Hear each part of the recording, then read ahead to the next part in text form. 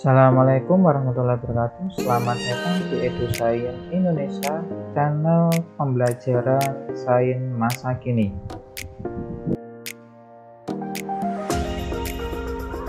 Pada video kali ini akan dijelaskan mengenai konsep dasar pengujian tesis. Sebelum masuk ke materi, jangan lupa klik tombol subscribe, like, dan share, dan juga di komen untuk keberlangsungan dari channel ini.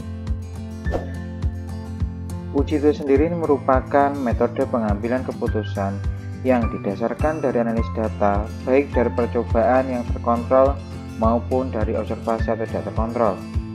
Jadi pembuatan tesis nanti itu bisa berdasarkan dari suatu penelitian eksperimen maupun penelitian non eksperimen. Ini sebuah hasil analisis bisa dikatakan signifikan jika kejadian tersebut hampir tidak mungkin disebabkan oleh faktor yang kebetulan sesuai dengan batas probabilitas yang sudah ditentukan pada sebelumnya. Hipotesis sendiri nanti dapat diartikan sebagai jawaban sementara dari terhadap rumusan masalah penelitian. Jadi dalam sebuah penelitian nanti harus memiliki yang namanya rumusan masalah. Jadi rumusan masalah sendiri nanti adalah merupakan hubungan antar dua variabel atau lebih. Kemudian adanya perbandingan variabel ataupun variabel mandiri. Jadi dapat digambarkan berdasarkan gambar gambar di samping bahwa adanya keterikatan antara parameter dan variabel sendiri. Jadi adanya parameter nanti adalah sebagai alat untuk menguji dari hasil atau menguji dari hipotesis tersebut. Jadi stasiun sendiri itu merupakan suatu alat untuk mengukur apakah hipotesis nanti dia diterima atau ditolak. Jadi kegunaan hipotesis sendiri nanti adalah hipotesis nanti dapat memberikan penjelasan sementara tentang gejala-gejala yang teliti. Jadi istilahnya nanti adalah hipotesis merupakan jawaban sementara dari rumusan masalah. Kemudian yang kedua adalah hipotesis sebagai pengetahuan dalam suatu bidang. Hipotesis memberikan suatu kenyataan hubungan yang langsung dapat diuji dalam penelitian. Kemudian hipotesis memberikan arah kepada penelitian. Jadi istilahnya hipotesis nanti merupakan batasan-batasan dalam proses menjalankan penelitian itu sendiri. Yang terakhir yaitu berupa hipotesis memberikan kerangka untuk melaporkan kesimpulan penelitian. Jadi setelah nanti adanya hipotesis nanti penelitian kita nanti akan mudah terarah atau istilahnya nanti dia mempunyai gambaran, oh ternyata adanya perlakuan A dan B nanti akan memperoleh gejala seperti ini. Kemudian apa sih arah dan bentuk dari hipotesis? Jadi arah dan bentuknya nanti ada dua, yaitu ada yang namanya one tail atau satu sisi dan two tail atau dua sisi. Jadi one tail nanti adalah merupakan hipotesis alternatif yang menyatakan adanya perbedaan dan ada pernyataan yang mengatakan satu lebih tinggi atau rendah daripada yang lainnya. Kemudian kalau dua tail adalah merupakan hipotesis alternatif yang hanya menyatakan perbedaan tanpa melihat apakah hal yang satu lebih tinggi atau lebih rendah. Jadi kalau yang one tail nanti dia membedakan dari sisi ada yang tinggi dan ada yang rendah. Tapi kalau yang one tail nanti dia nanti membedakan tanpa membedakan antara yang tinggi dan yang rendah. Jadi dia mengambil sisi yang tengah. Kemudian bagaimana menentukan formulasi dari hipotesis sendiri? Jadi hipotesis nanti dibagi menjadi dua, yaitu adanya hipotesis nol atau hipotesis nihil dan hipotesis alternatif tandingan atau H1, H atau HA. Jadi hipotesis nol nanti merupakan hipotesis yang dirumuskan sebagai suatu pernyataan yang akan diuji. Kemudian kalau hipotesis alternatif yaitu berupa hipotesis yang dirumuskan sebagai lawan atau tandingan dari hipotesis nol. Jadi dapat digambarkan bahwa hipotesis nol nanti dia nanti bisa jadi sama dengan data, ataupun dia nanti kalau hasil tes alternatif dia nanti pasti bisa jadi nanti lebih kecil juga, atau sama dengan tidak sama sekali sama dengan data yang diperoleh. Jadi dalam pembuatan hipotesis nanti dia nanti harus menentukan dua, yaitu adanya hipotesis nol dan hipotesis alternatif. Jadi contoh bisa dicontohkan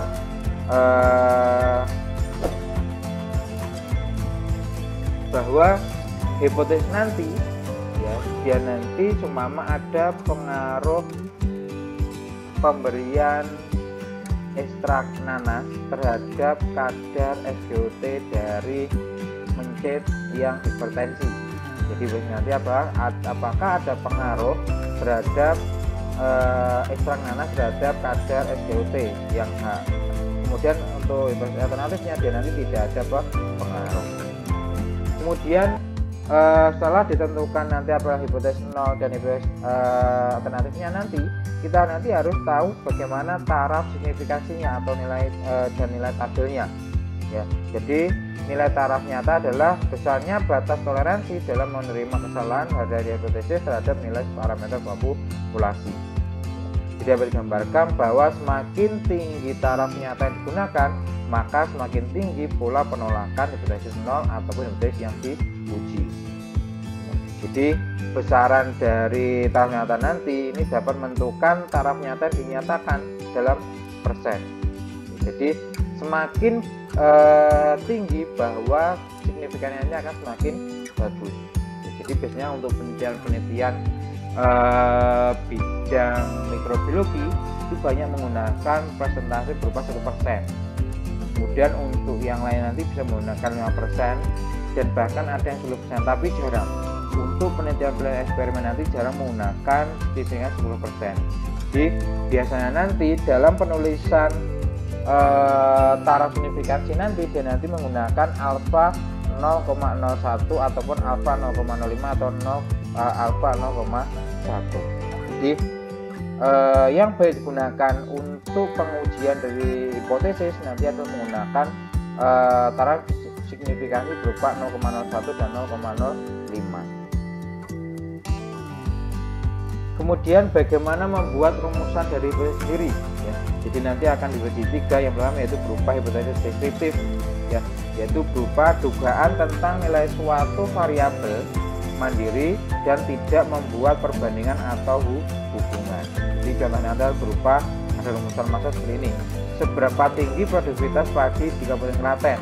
Jadi untuk hipotesis nanti adalah untuk hipotesis nolnya itu produktivitas beras di Kabupaten Klaten mencapai 8 ton. Tapi untuk hipotesis alternatifnya dia nanti produktivitas di padi di Kabupaten Klaten nanti dia nanti tidak mencapai 8 ton. Jadi di sini nanti dia hanya menggambarkan saja tanpa adanya perbandingan hubungan antar variabel. Kemudian yang kedua yaitu berupa hipotesis komparatif, yaitu berupa pernyataan yang menunjukkan dugaan nilai dalam satu variabel atau lebih pada sampel yang berbeda ya. Jadi contohnya adalah berupa apakah konsumen lebih menyukai donat berasa coklat atau stroberi. Jadi dia membandingkan antara produk satu atau istilah antara perlakuan satu dengan perlakuan yang lainnya. Jadi untuk biasanya nanti sama ya. Jadi nanti kalau H0 nanti dia ada perbedaan, kalau H1 nanti ada perbedaan. Kemudian yang terakhir yaitu berupa hipotesis hubungan atau asosiatif, yaitu berupa pernyataan yang menunjukkan dugaan nilai dalam satu variabel atau lebih pada sampel yang berbeda ya. Jadi untuk hipotesis hubungan nanti akan membedakan berupa adanya hubungan ya. Jadi adanya hubungan terhadap perlakuan yang dilakukan. Jadi contohnya berupa apakah ada hubungan ketelitian dengan hasil pemeriksaan kadar Hb ya. Jadi untuk biasa nanti dia untuk H0 nanti tidak ada hubungan. Kemudian untuk hipotesis alternatifnya dia nanti ada hubungannya. Jadi untuk menentukan apakah nanti dia hipotesisnya diterima atau ditolak nanti berdasarkan hasil analisis statistik. Kemudian untuk langkah pengujian hipotesis ya, jadi ada langkah-langkahnya. untuk pengujian definisi sendiri. Yang pertama yaitu menentukan formulasi hipotesis nol dan hipotesis alternatif. Jadi sudah dijelaskan di awal video tadi bahwa kita harus membuat formulasinya atau istilahnya membuat hipotesisnya dulu, mulai dari hipotesis nol dan hipotesis alternatif berdasarkan rumusan masalah yang kita buat. Kemudian yang kedua yaitu menentukan taraf nyatanya, alfa nanti berapa yang digunakan untuk menentukan apakah hipotesis nanti dia diterima atau ditolak. Kemudian yang ketiga adalah membuat kriteria pengujian berupa penerimaan dan penolakan H0. Kemudian selanjutnya adalah melakukan uji statistik, dan yang terakhir adalah membuat kesimpulan. Jadi kalau yang membuat kriteria pengujian penerimaan dan penolakan H0 nanti adalah berupa bentuk pembuatan keputusan dalam menerima atau menolak hipotesis nol dengan cara membandingkan nilai alfa tabel distribusinya dengan nilai uji statistiknya. Jadi kita membuat perhitungan dulu, kemudian nanti kita bandingkan dengan alfa tabelnya apakah nanti dia diterima atau ditolak. Jadi kalau H0 diterima, jadi jika nilai uji statistiknya nanti lebih kecil atau lebih besar daripada nilai positif atau negatif dari alfa tabel. Kemudian kalau penolakan H0 nanti terjadi jika nilai uji statistiknya nanti lebih besar atau lebih kecil daripada nilai positif atau negatif dari alfa tabel. Jadi kalau yang penerimaan H0 nanti dia lebih kecil, ya. Kemudian kalau H0 nanti dia lebih besar. Kemudian setelah nanti menentukan alfanya tadi, yang sebenarnya yaitu melakukan uji statistik. Ya, jadi uji statistik itu merupakan rumusan-rumusan yang berhubungan dengan distribusi tertentu dalam pengujian hipotesis.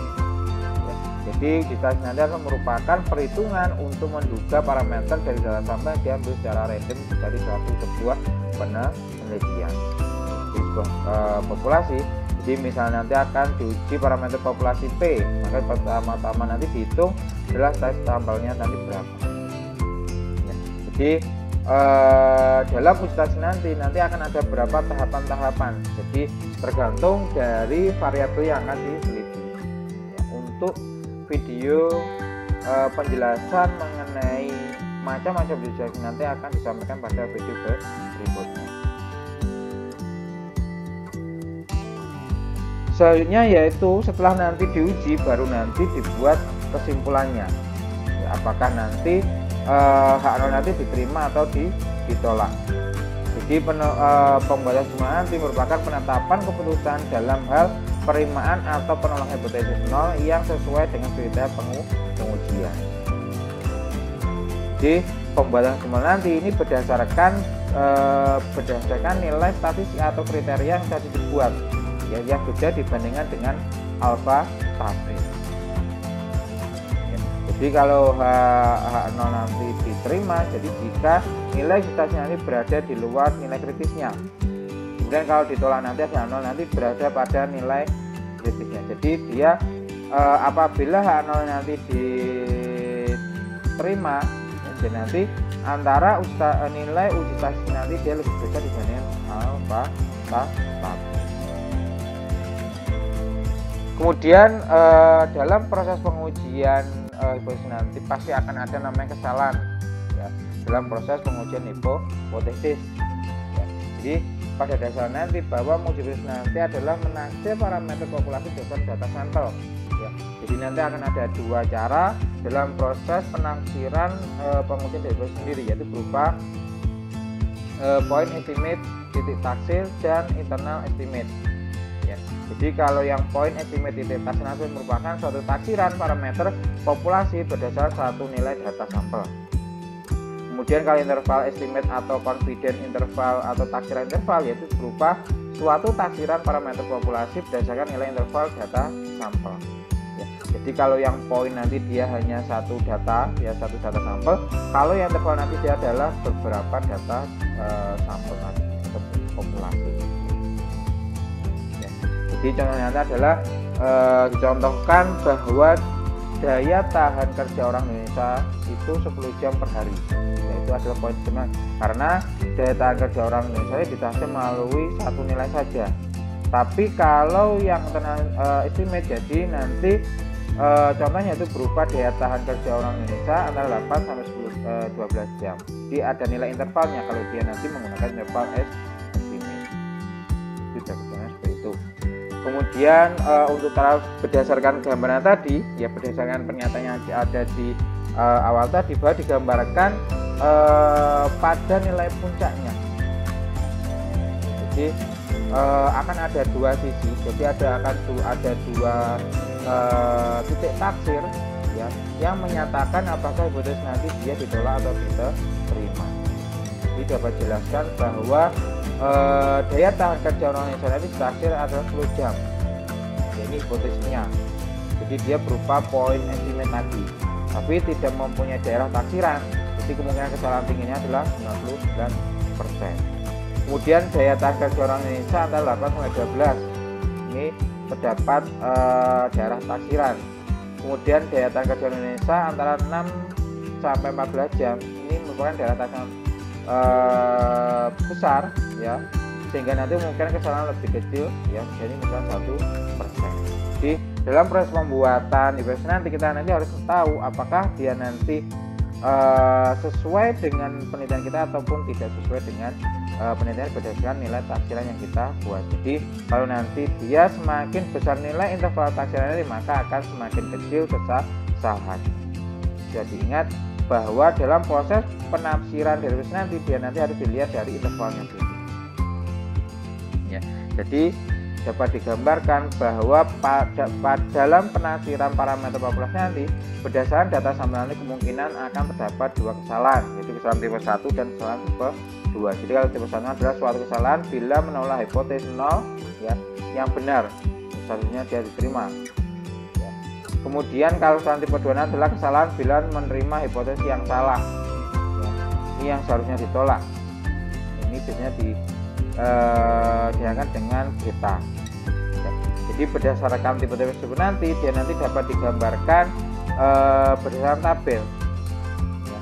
Jadi tabel tersebut nanti ya, dia nanti seumpama dia nanti akan menerima hipotesis, tapi kenyataannya nanti dia nanti adalah dia menolak hipotesis besarnya. Ini menggunakan kesalahan tipe 2. Tapi kalau yang menilai hipotesis nanti dia menggunakan kesalahan tipe 1. Tidak dapat digambarkan bahwa adanya keputusan menerima nanti bahwa hipotesis 0 nanti yang benar berarti tidak membuat kesalahan. Kemudian kalau keputusan menerima yaitu berupa hipotesis 0 nanti salah berarti terjadi kesalahan pada tipe 2. Kemudian kalau keputusan menolak dari hipotesis nanti yang benar berarti terjadi kesalahan tipe 1. Kemudian keputusan menolak hipotesis 0 yang salah berarti tidak membuat kesalahan. Tidak nyatakan bahwa tingkat kesalahan ini selanjutnya dinamakan sampai level signifikan atau tingkat signifikasi. Nah, ini dampaknya nanti tingkat signifikannya telah ditentukan oleh peneliti lebih dahulu sebelum hipotesis diuji. Sebab itu dalam proses pengujian dari hipotesis nanti kita nanti harus menentukan level dari signifikansi. Jadi semakin tinggi level signifikansi nanti dia akan semakin baik. Oke, itulah penjelasan mengenai konsep dasar dalam pengujian hipotesis. Jangan lupa diklik tombol subscribe, like, dan share, dan jangan lupa di komen untuk keberlangsungan dari channel ini. Terima kasih atas perhatiannya. Sampai berjumpa pada video berikutnya. Salam EduScience Indonesia.